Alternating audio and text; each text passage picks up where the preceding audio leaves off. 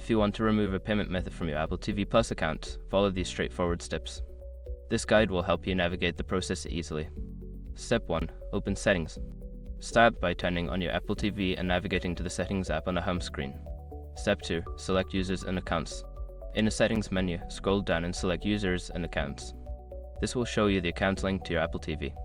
Step 3. Choose your account. Select your account from the list. This will take you to the account settings where you can manage your payment methods. Step 4. Access payment information. Look for the option labeled Payment Information on Manage Payment Methods. Click on it to view the payment methods currently associated with your account. Step 5. Remove payment methods. Find the payment method you wish to remove and select it. You should see an option to remove or delete the payment method. Confirm your choice to complete the process.